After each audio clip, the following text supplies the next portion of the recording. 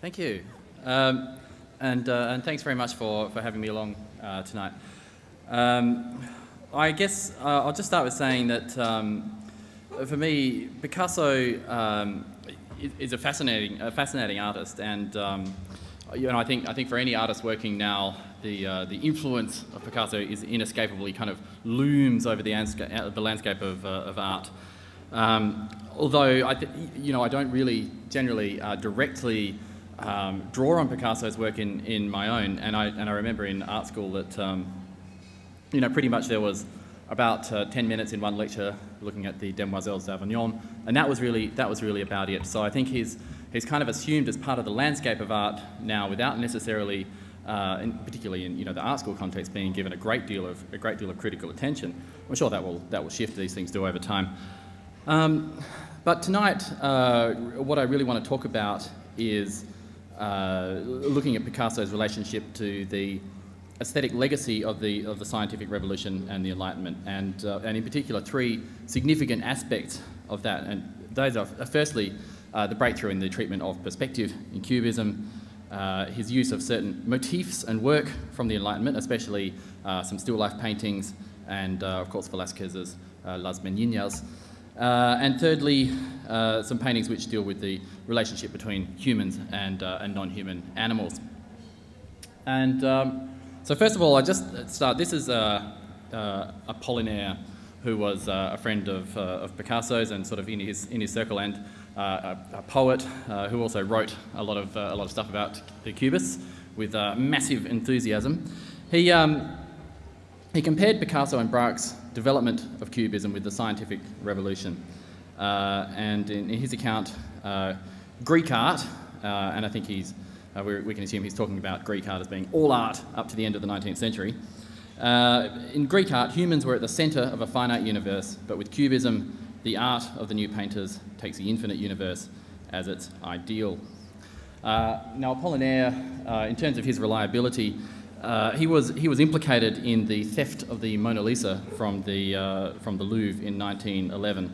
He basically gave shelter to Vincenzo Peruggia, who stole the actual painting, and very kindly implicated Picasso in the theft. Picasso was kind of accused of buying the stolen painting, but was of course exonerated. So we'll turn to the scientific revolution, 1500s to 1700s, or really probably 1600s to 1800s. But we're talking about the scientific revolution as an event which changed the world, not only by new ways of experiencing the world, interacting it and thinking about it, but in other ways as well. And the world in the 18th century was radically different to the world of the 16th century, much closer at the end of the scientific revolution, or at least in the later stages of it, much closer to our current world than the 15th century is to us. And generally thinking, we could say that the change is characterised by a turn from the reliance on authority to a reliance on observation of nature and experiment. So it's a fundamentally different way of gaining new knowledge. And in particular, you have the overturning of the authority of Aristotle. That's the main kind of change there, and a fundamental transformation in scientific ideas across maths, physics, astronomy, and biology. And we'll just move on. So there's this body of research that talks about the scientific revolution as being caused by art. And what I want to do is really suggest that just as art, according to some scholars, generated the scientific revolution, we can think of what Picasso has done as generating changes in science and culture in the 20th century. And the examples, there's a great essay by Giorgio de Santillana, and another one by Panofsky is another one. They talk about the fact that the idea of space was transformed from the Aristotelian conception, a tidy arrangement of things, not unlike, let us say, the shipping department of Sears Roebuck. And there we go. That's the shipping department of Amazon. So not unlike the shipping department of Sears Roebuck, I tried to make it a bit more relevant. So he's saying the arrangement of things which was tidy into a matrix for infinite potential complexities and states and tensions. And if you've ever ordered multiple things from Amazon, I'm sure you'll agree that we do indeed have a state of infinite complexity there. And the main innovators we have in this period are artists like Leonardo, naturally. I'm going to skip back now. Alberti, looking at this method of scientific perspective. Now, for Panofsky, the kind of uber critic, the Renaissance single-point perspective has far-reaching implications. It anticipates Descartes' rationalised conception of space as an infinite extension, and also Kant's Copernican revolution in epistemology. Oh, it got louder. And as the latter implies, Panofsky regards perspective as the advent of the understanding that art is essentially about the relationship between the mind and the image, not about how well art is representing nature. So it's really about how the viewer understands what they're seeing. That's what art is really about. It's not about trying to capture something real, like a pre-existing reality. So Svetlana Alpers, who writes about Dutch art. Now, the Dutch art of the 17th century is something that I'm very interested in, and she says that this type of still life painting was essential to the scientific revolution because the accuracy of it and the use of, in particular, she talks about the use of lenses, but the accuracy of it gave a trust in images and gave natural historians an accurate record that they could use to build up their theories. And without having that level of accuracy and trust in recorded observation, that the development of the scientific revolution with its reliance on observation of nature couldn't have occurred. So this tradition is extended through this is Abraham Minyan, and I just want to draw your attention to the cat there overturning the mousetrap. And I like that cat because in terms of this super accurate observation of nature, you look at the amazing crispness of the flowers, and then that very, very wonky cat, which says something about, I think, the way that the paintings were constructed. Cats don't often stand still, certainly not in that sort of pose. And it's a weird kind of anthropomorphic face there. So I just wanted to draw your attention to that cat because that'll become important later on. And so we have there Mignon, and we move towards Chardin, who is working in Paris in the 18th century. And Chardin is really important for Picasso and Braque. And now about Chardin, Diderot, who's the author of the first encyclopedia and the poster boy for the Enlightenment, championed the still life the painter Chardin above all others for his clear and lucid depiction of reality. In his mind, looking at Chardin's paintings, he feels it's equivalent to looking at the real thing. In one, he says, just imagine a hair hanging up and some biscuits on a bench underneath in your house, and now you've seen Chardin's painting. So what's interesting is that in 1908 in Paris, there's a massive retrospective of Chardin's painting, and that's right before, of course, the development of Cubism. And here we have Chardin's attributes of music. And, okay, I'm a bit out of order there. That's not, doesn't matter. Chardin's attributes of music, and here Braque's take on the attributes of music. And here Chardin's fruit, bread and wine, and here Picasso's still life of fruit and bread on a table. So it's significant that Picasso uses still life to explore Cubism. It's a link to the 17th century and a continuance of the labour of disenchantment. So the next question is, what did the scientific revolution do to art? So this section, hopefully I'm trying to talk about how art influenced the scientific revolution. Now I want to look at the other way, how the scientific revolution, or what's happening in science, influenced art. Now, you have this guy, Leonard Shlain, who's a bit of a ham, but he says the wintry ice sheet... Oh, now this is what I had that image there that was out of order. Bam, there we go. Okay, so Leonard Shlain writes, the wintry ice sheet blanketing Western art and thought began to thaw in the middle of the 19th century, and where cracks appeared, inflows began to erode the reigning Newtonian mindset and the tyrannical system of perspective. At the time, these innocent-looking freshets issued forth from so many different quarters that they would not have appeared to an observer to be the beginning of a flash spring flood. Yet they were interconnected in an indiscernible pattern that would eventually profoundly change both art and physics. So scientific imagery reveals new ways of seeing the world. And in 1895, X-rays were discovered. In 1896, radioactivity. In 1897, the electron. And these discoveries give reality to physics that's beyond sense perception. And it's a really important mind shift that you need to have before you can really tackle something like cubism. Before we go on to that, though, and the importance of cubism and a shift in perspective, I just want to point out that it's about the same time as we had these shifts in physics, there's shifts in biology as well. And this is the relationship between humans and non-humans.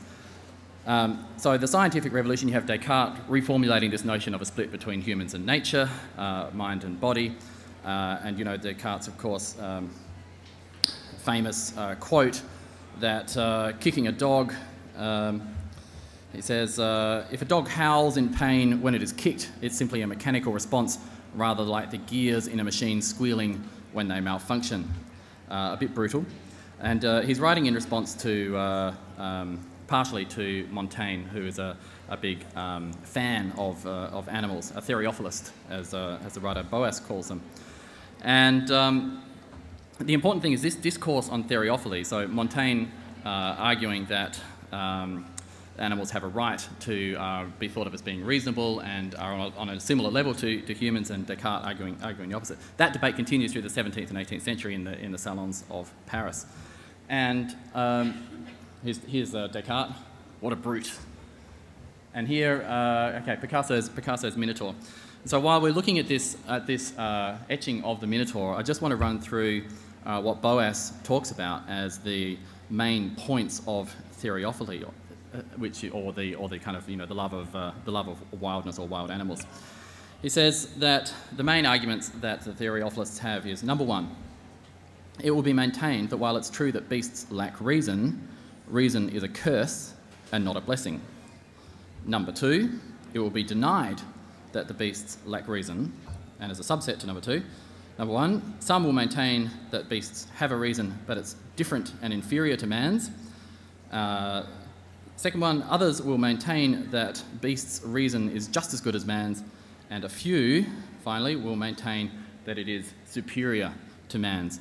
I think what's fascinating looking at this etching of a Minotaur is that it simultaneously holds all of those positions. So I'm proposing really that Picasso is a theriophilist. But one of the things, of course, about the scientific revolution and the Enlightenment is that we come from this position of Descartes making this separation and ultimately end at a point where we have a deeper understanding of the relationship between humans and animals. Yes, we are separate from them, but ontologically we are equals. So around the beginning of the 20th century, at the same time as we have these discoveries in physics, you have the biologist Jakob von Uexküll, who developed the concept of the Umwelt, and it's another completely different way of viewing the world. And what he's talking about with the concept of the Umwelt is that every animal has its own distinct understanding of the environment that it lives in, its own unique set of perceptions. And this is a drawing from his book, right at it's actually about 1920, I think, that particular drawing.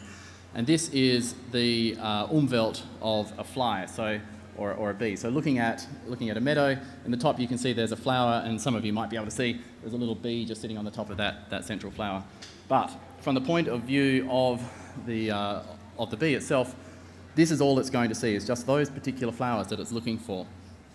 And von Uexküll, it's a fascinating book. He talks about the Umwelt of, say, a tick, for example, which is only going to respond to the particular pheromones of mammals, the temperature 37 degrees, which is interested in, and the hairy topology of a mammal's skin. That's the sum total of its Umwelt. And that becomes important for Heidegger in talking about the richness of world. But that's not for now. So, the progress of science, separating humans from non-humans. And in terms of Picasso, we'll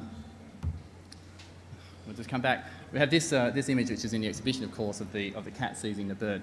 And I know this painting was painted in 1939, so of course there's an allegorical reading you can give to it, being at the beginning of the Second World War. But also I think you consider the fact that you have the cat and the bird starkly isolated from anything else in the world. So you think about the Umwelt of the cat is just going to be that very basic gestalt image of a bird with just that little hint of meat inside it. And similarly from the bird, quite clearly at this point its whole world is just going to be that cat. Now, the other thing that I want to talk about, move on to with the impact of the scientific revolution on the art is the importance of the development of geometry. And this image comes from an 1847 book by Oliver Burns, Euclid's Elements. And I think you probably see, or at least I do, some echoes of Mondrian there, coming some 60 years before the fact. And this kind of tradition of geometric illustration is really important. And throughout the 19th century, you had the development of non-Euclidean geometry in mathematics, and it's enormously important because basically you get presented with the idea that it's possible to have a whole range of different geometries which are of equal validity with Euclidean geometry. There's not just this one way of looking at the world or understanding mathematics. There's this whole multitude of equally correct ways. So Euclidean geometry happens to be the one that we use, but there's no reason to prefer that over any others, apart from the positivists who say, yes, but all the experiments mean that Euclidean geometry works and the other ones don't.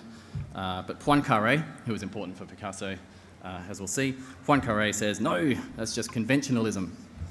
And you could imagine with Picasso that calling something conventionalist would naturally inure him against it. Now, at the time, there's no kind of popular scientific journals in Paris in the sort of early 20th century. And this kind of information will only be accessed by someone in the know. And for Picasso, this is Maurice Prince, who was an actuary and a mathematician and used to hang out with them in the Bateau Lavoir circle. Now, writing about him, Maurice Prince, there's the journalist Samon, who says, the author, Maurice Prince, is a mathematician for whom the efforts of the modern painters have inspired curious reflections, of which it's too early to say whether they are judicious or condemnable. Prince preoccupies himself especially with painters who disdain ancient perspective and praises them for no longer trusting the illusionary optics of not long ago and takes them for great geometers. And this image comes from a book by Jouffret, which is called something about a treatise on non-Euclidean geometry.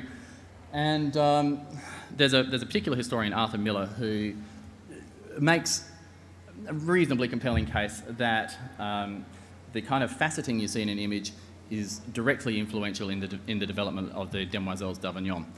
And if you look through the sketchbooks, and Miller does carefully pull out a handful of drawings which do seem to reflect it, yeah, there does seem to be an impact. It's very hotly disputed, well, not hotly, but it is at least disputed in the academic circles about whether this was in fact an influence or not. But it remains that obviously Prince did hang out with Picasso. He did have this book, so it's a fair chance that it had some kind of an impact. Apollinaire, of course, takes care to mention the importance of geometry in the new art. He says, some have violently reproached the new artist painters for their geometrical preoccupations. However, geometrical figures are the essential of drawing, and geometry is to the plastic arts what grammar is to the art of the writer. And the fourth dimension, he concludes, is a kind of shorthand for the various methods that Picasso brought to bear on three-dimensional figurative space in order to open it up. And because an infinite universe has no centre, neither should a painting have a single perspective point, such as occurs when using Euclidean geometry. Now, that's, I think, an important observation, and this goes to the heart of Apollinaire's point that the development of Cubism is a type of scientific revolution, because you have this inversion of the idea of single-point perspective being the centre of the painting and therefore the centre of a finite universe, to an explosion where the infinite universe itself becomes the centre. And this is Picasso's portrait of Kahnweiler, which is often shown next to the page out of the geometric book.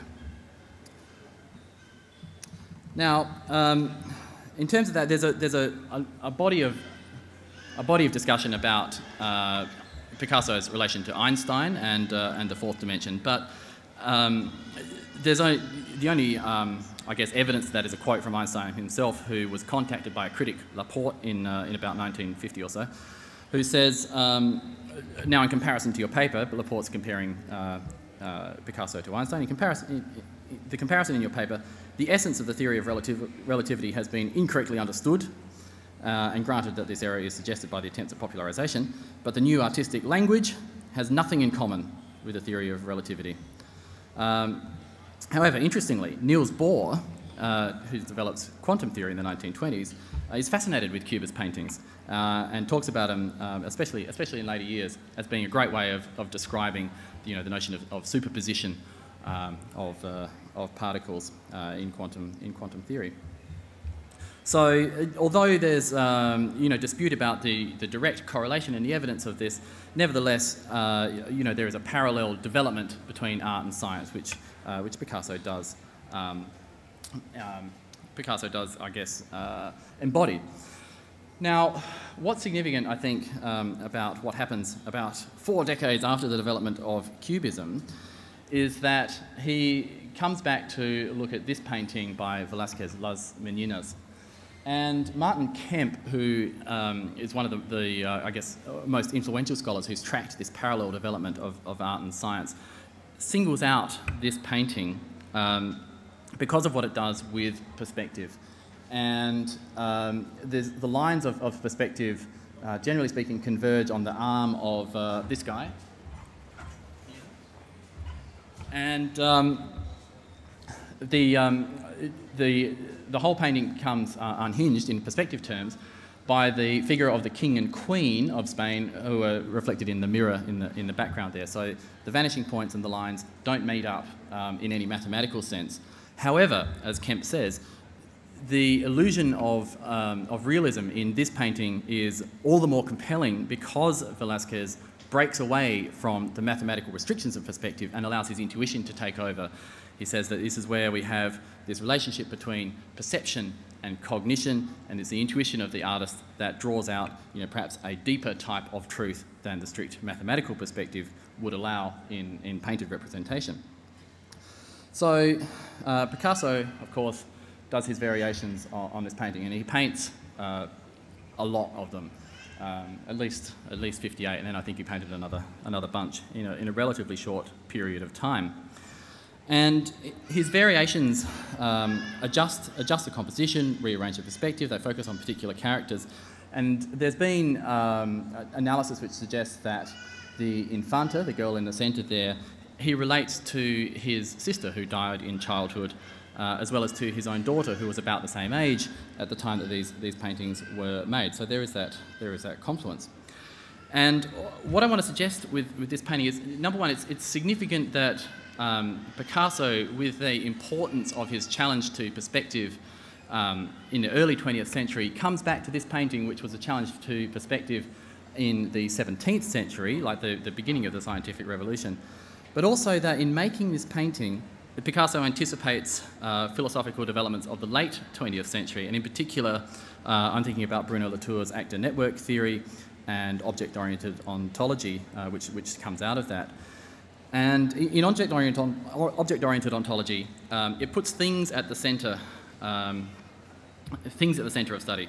And the proponents contend that nothing has special status, but everything exists equally. So plumbers, cotton, DVD players, sandstone, painted figures, real figures, all of them have the same level of reality.